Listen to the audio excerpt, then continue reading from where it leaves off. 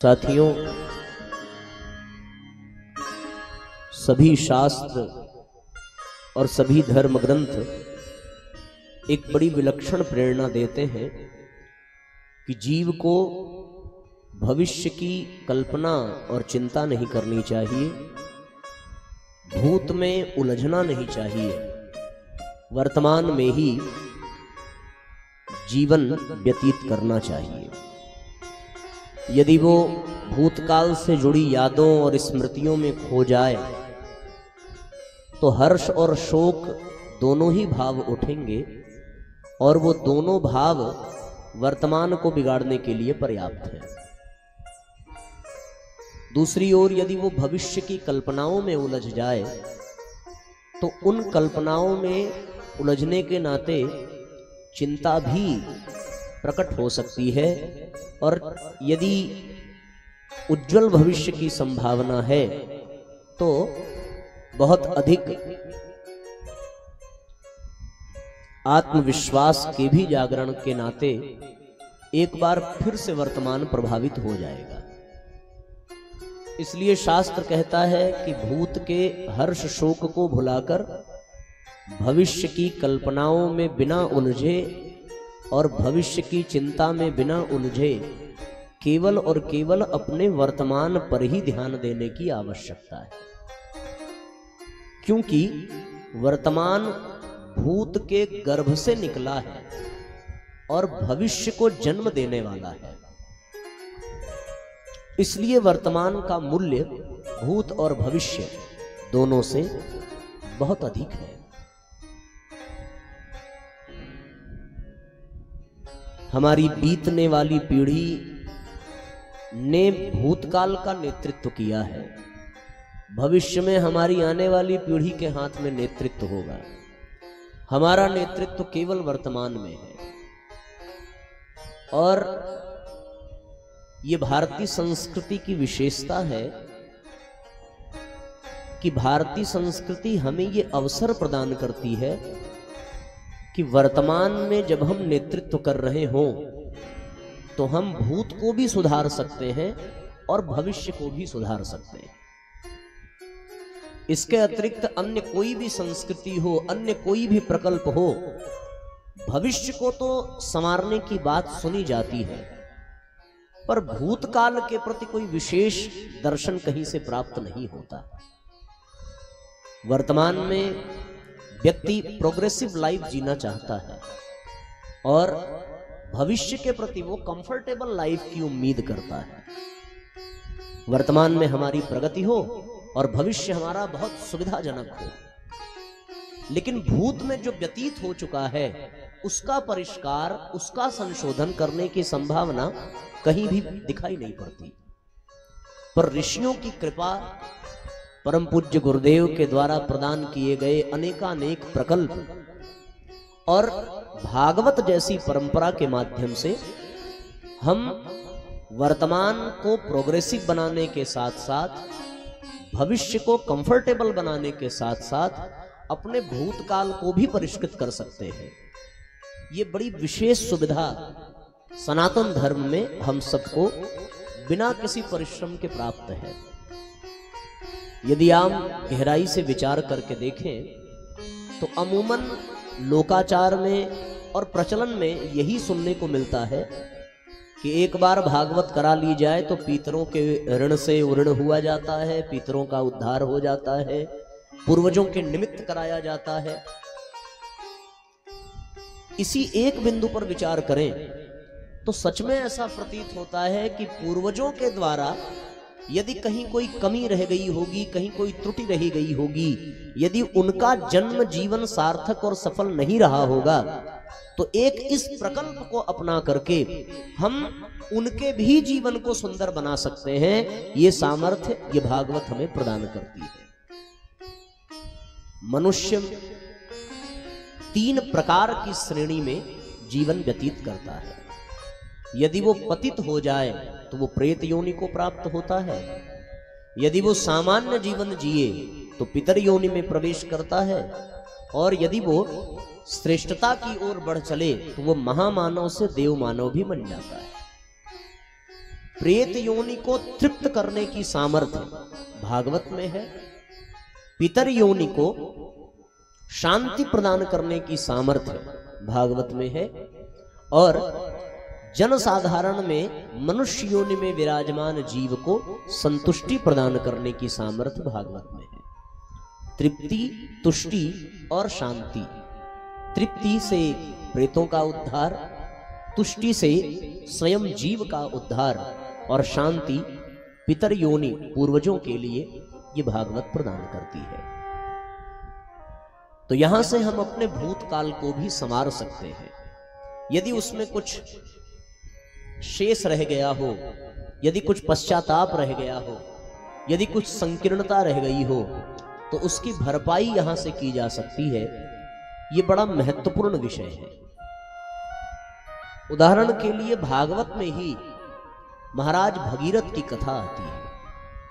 महाराज भगीरथ ने वो कृत्य किया है जिससे उनका भूत भी संवर गया, वर्तमान भी श्रेष्ठता को प्राप्त हुआ और भगीरथ के बाद आने वाली पीढ़ी भी आज तक भगीरथ के पुरुषार्थ का लाभ प्राप्त कर रही है। महाराज सगर हुए और सगर ने अश्वमेध यज्ञ का संकल्प लिया। अपने समस्त पुत्र पौत्रों को अश्वमेध का घोड़ा खोजने के लिए लगाया। इंद्र ने उस घोड़े को छिपाया और गंगा सागर के तट पर भगवान कपिल के आश्रम में ले जाकर के घोड़ा को छोड़ दिया। सगर के पुत्रों ने उस अश्वमेध के घोड़े की तलाश में उत्तर और पूर्व दिशा के मध्य में सारी धरती खोद डाली, जिस दिशा में घोड़ा गया था। और उत्तर पूर्व के मध्य में ही भगवान कपिल के आश्रम में उनको वो घोड़ा दिखा। इंद्र की प्रेरणा से उनकी बुद्धि नष्ट हुई और उन्होंने भगवान कपिल को ही घोड़ा चुराने के लिए उनके ऊपर ही आक्षेप लगाया। भगवान कपिल शांत चित्त, स्वयं ईश्वर के अवतार है, स्वयं ब्रह्म ही है। सत्व की प्रधानता है उनके अंदर। इन्होंने अपनी बुद्धि नष्ट करके जब उनके ऊपर क्रोध किया तो इनके क्रोध ने ही परिलक्षित होकर के इनको जला करके नष्ट कर दिया और वहां इनके अवशेष मात्र रह गए। ये घोड़े लेकर के वापस ही नहीं आए। अश्वमेध यज्ञ उस घोड़े की प्रतीक्षा में रुका हुआ था। महत्वपूर्ण विषय है। महाराज सगर की दूसरी पत्नी केशिनी के पुत्र हुए, उनका नाम था असमंजस, और असमंजस के पुत्र हुए अंशुमान। अंशुमान खोजते खोजते भगवान कपिल के आश्रम पहुंचे और वहां उन्होंने अपने चाचाओं को राख के रूप में देखा, अवशेष के रूप में।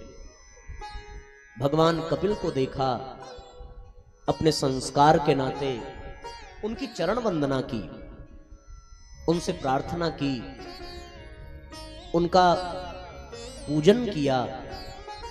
तो प्रसन्न होकर भगवान कपिल ने उनको घोड़ा भी दिया और उनके पूर्वजों के उद्धार का उपाय भी बताया। उपाय के रूप में यह बताया कि अब केवल गंगा जल का स्पर्श ही इनको मुक्त कर सकता है, इनको तृप्त कर सकता है, इनके इस कलंक को, इस दाग को धो सकता है। अंशुमान ने पुनः पूजन किया, प्रणाम किया और करके घोड़ा लेकर वापस आए। अश्वमेध यज्ञ पूर्ण हुआ। महाराज सगर अपना अनुष्ठान पूर्ण करके वन की ओर परम कल्याण को प्राप्त हुए। सगर के पुत्र कुछ नहीं कर पाए। अंशुमान जीवन पर विचार करते रहे कि क्या करें, किस प्रकार से हम सभी अपने पूर्वजों का उद्धार करें, कोई विकल्प नहीं दिखा। अंशुमान के पुत्र हुए दिलीप, दिलीप ने भी जीवन भर प्रयत्न किया, जीवन भर पुरुषार्थ किया,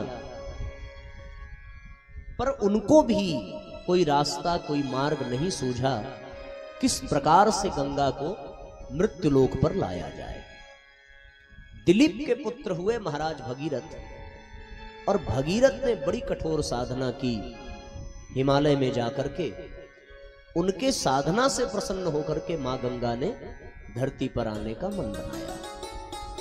पर गंगा मैया ने यह शर्त रखी कि उनको धारण करने की क्षमता यदि किसी में हो तो ही वो इस धरती पर अवतरित होंगी, अन्यथा उनके वेग से धरती दो टुकड़ों में बट जाएगी और वो धरती को चीरती हुई पाताल लोक में पहुंच जाएगी। तो फिर भगीरथ ने भगवान शंकर को तप करके प्रसन्न किया और देवाधिदेव महादेव ने मां गंगा को अपनी जटाओं में धारण किया।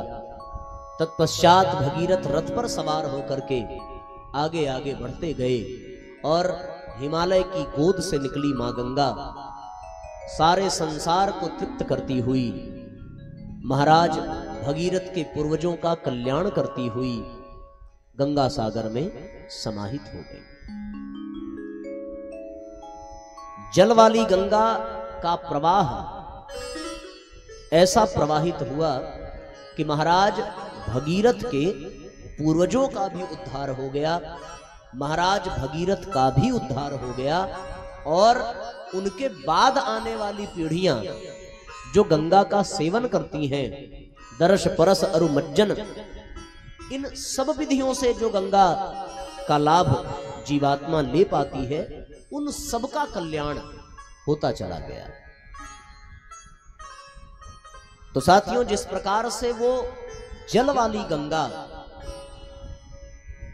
भूत, वर्तमान और भविष्य तीनों कालों के जीवों का कल्याण कर देती है, उसी प्रकार ये ज्ञान की गंगा तीनों कालों के जीवों का कल्याण कर देती है। हमारे पूर्वजों का भी कल्याण करती है।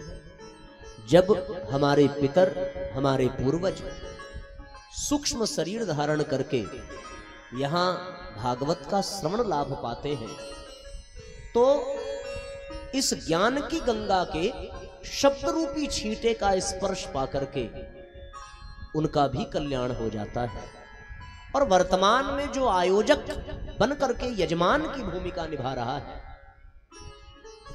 उस भूमिका में विराजमान जीव का भी कल्याण हो जाता है, क्योंकि इससे उसे ज्ञान, वैराग्य और भक्ति की प्राप्ति होती है, जिसके नाते उसका जीवन सद्भाव, सत्कर्म, सद्ज्ञान की ओर प्रविष्ट होता है। और सद्ज्ञान, सद्भाव, सत्कर्म की त्रिवेणी में नियोजित अपने जीवन को वह जीव बड़ी पूर्णता से सार्थक और सफलता की ओर ले जाता है। तत्पश्चात उस वंश में आने वाली पीढ़ियां भी भगवत भक्त ही जन्म लेती हैं और जीवन का कल्याण करती हैं, साथ ही समाज का भी कल्याण करती है। तो आइए हम सभी वाली गंगा में और इस ज्ञान की गंगा में बहुत कुछ समानता भी है और बहुत कुछ अंतर भी है। यदि उस पर गहराई से विचार करके देखें तो भागीरथी गंगा उसको कहते हैं क्योंकि भगीरथ के तप से वो उत्पन्न हुई और इस धरती पर अवतरित हुई। वो भागीरथी गंगा है, भगीरथ के तप से उत्पन्न हुई। और ये भागवती गंगा है, भगवान के भक्तों के तप के नाते ये प्रवाहित हो रही है। तपस्या वहां भगीरथ ने की, यहां भगवान के भक्तों ने की, इसलिए इसका नाम भागवती गंगा पड़ा और उसका नाम भागीरथी गंगा पड़ा। वो जल की गंगा है, उसमें आपको जल मिलेगा। ये ज्ञान की गंगा है, इसमें आपको ज्ञान की प्राप्ति होगी। वो गंगा भी हिमालय से निकली।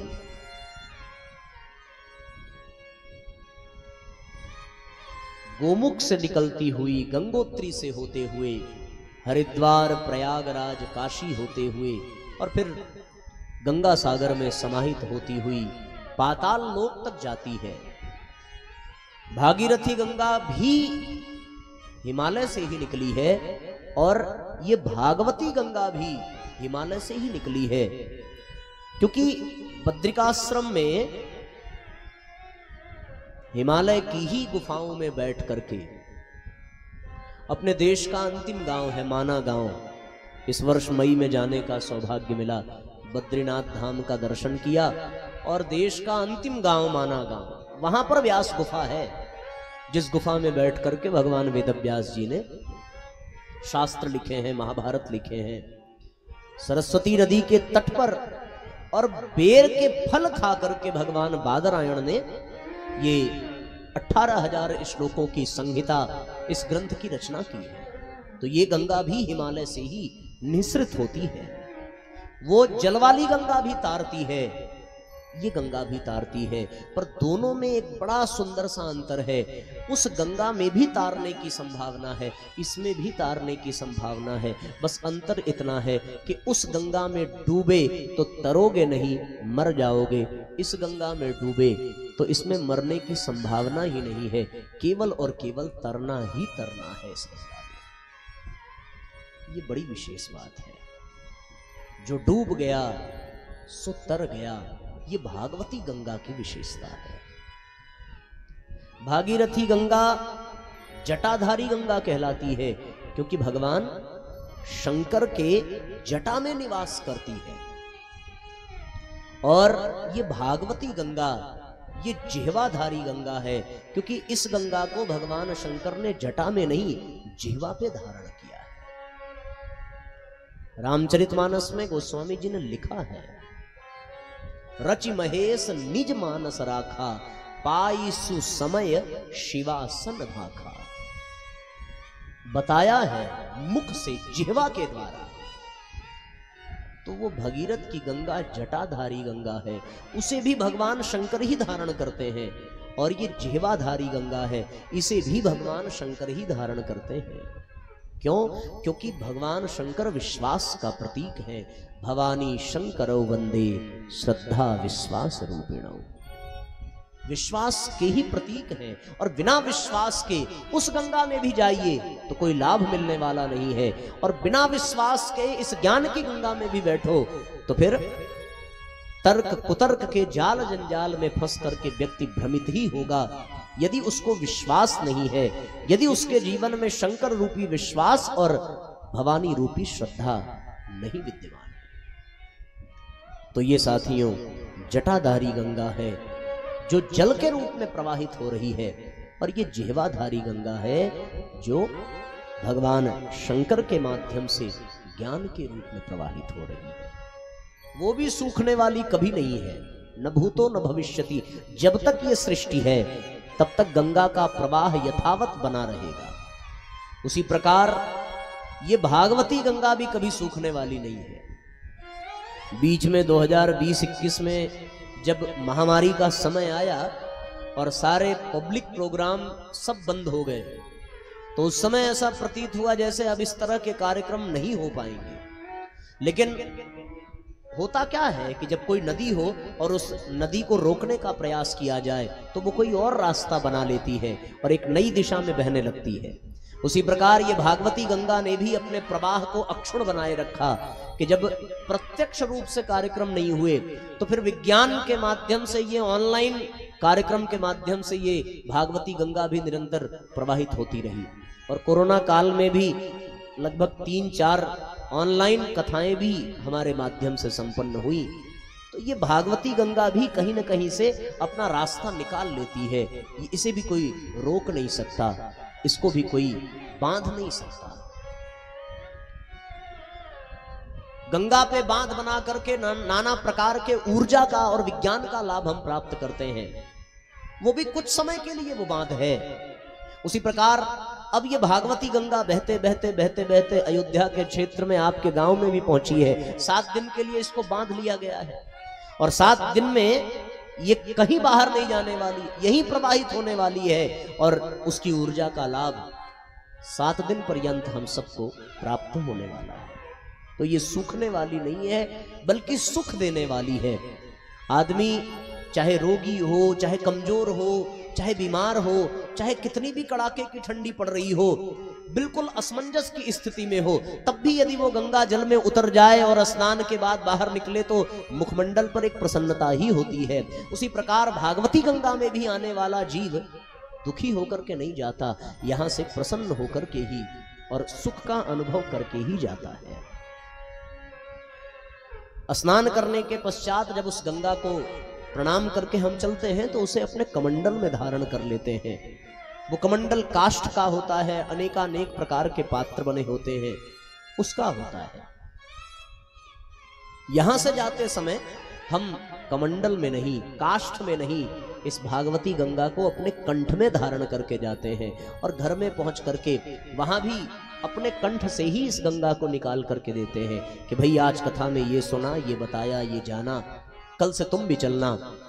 जैसे गंगा स्नान करके लोग आते हैं तो फिर गांव भर प्रसाद वितरण करते हैं कि भाई हम तो गंगा नहा आए और ये कर लिया, आपको भी समय मिले तो जाना। उसी प्रकार कथा वाली ये गंगा, ये भागवती गंगा भी वहां पहुंच करके हम प्रदान करते हैं।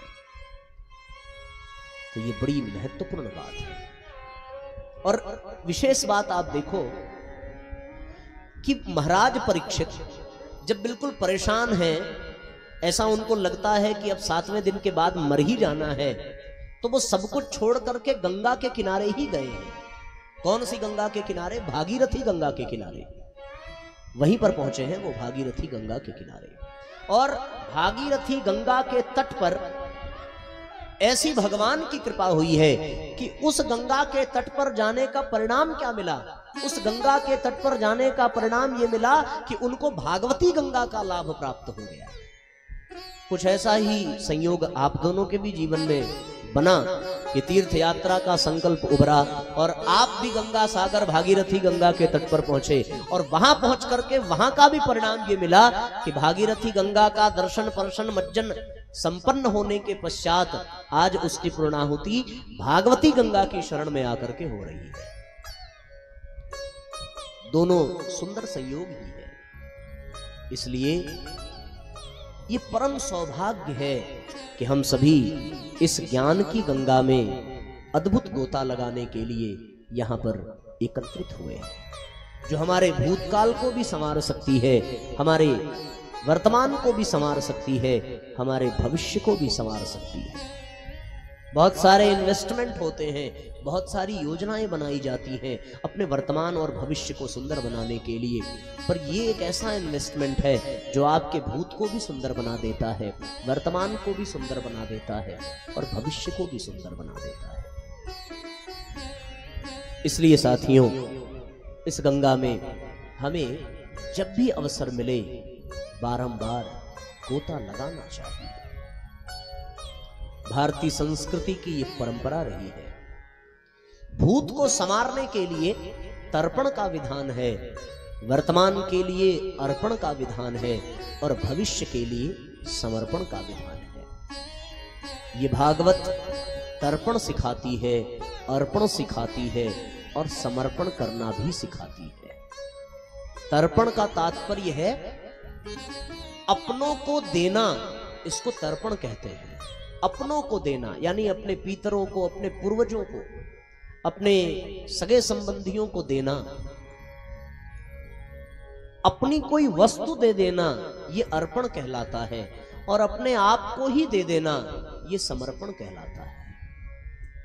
तो हम अपने पितरों को, अपने पूर्वजों को तर्पण देते हैं। तर्पण जल से, गंगा जल से दिया जाता है। यहां पर ज्ञान गंगा से हम अपने पूर्वजों, अपने पितरों, पितामह, पिता, प्रपितामह, उन सबको हम तिलांजलि देते हैं, श्रद्धांजलि देते हैं। तर्पण करवाती है ये भागवती गंगा। और फिर अर्पण, जब इस अनुष्ठान की पूर्णाहुति होती है तो हम यथा श्रद्धा ब्राह्मणों को, अपने सभी परिचितों को भोजन प्रसाद अर्पित करते हैं, कुछ वस्तु का भी दान करते हैं। ये अर्पण करवाती है। और फिर इस कथा को पूरी तरीके से सुना जाए और जब ये कथा हमारे हृदय में, अंतःकरण में बैठ जाती है तो फिर ये कथा हमारे व्यक्तित्व का समर्पण करवा देती है भगवान के चरणों में, और इसके माध्यम से जीवन पूर्णता को प्राप्त हो जाता है। ऐसी सुंदर सामर्थ्य